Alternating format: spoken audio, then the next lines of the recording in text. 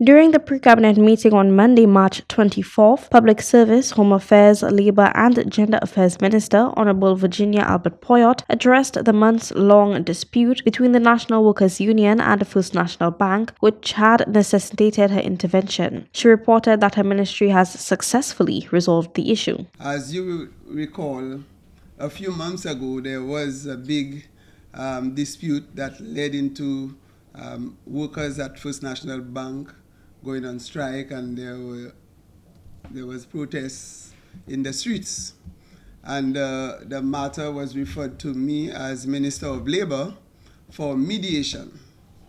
And mediation is not an easy exercise, because I think the word mediation means you have to find a middle ground where both parties can agree. Minister Albert-Poyotte shared that both the National Workers' Union and the First National Bank have communicated their acceptance of her determination regarding the matter, paving the way for collaboration moving forward. She noted that the resolution process involved extensive discussions spanning many days and hours between the two parties. To bring the two parties together, we look at all the issues surrounding that matter.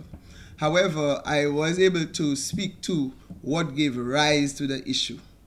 And I indicated to the bank that we are not going to settle on any amount for increase in pay unless we dealt with the genesis of the matter that gave rise to the dispute.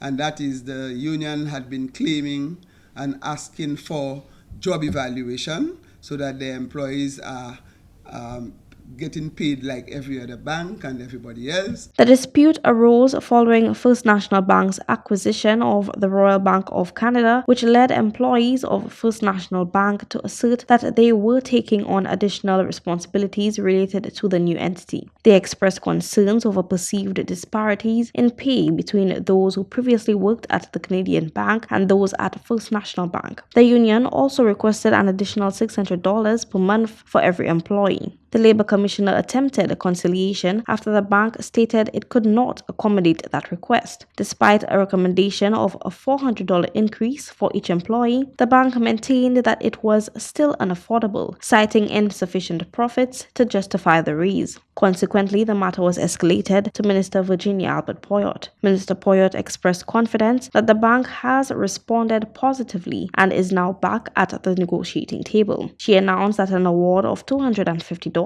will be provided to affected employees retroactive from January 2024. The minister indicated that further pay increases are also possible, contingent on negotiations between the bank and the union.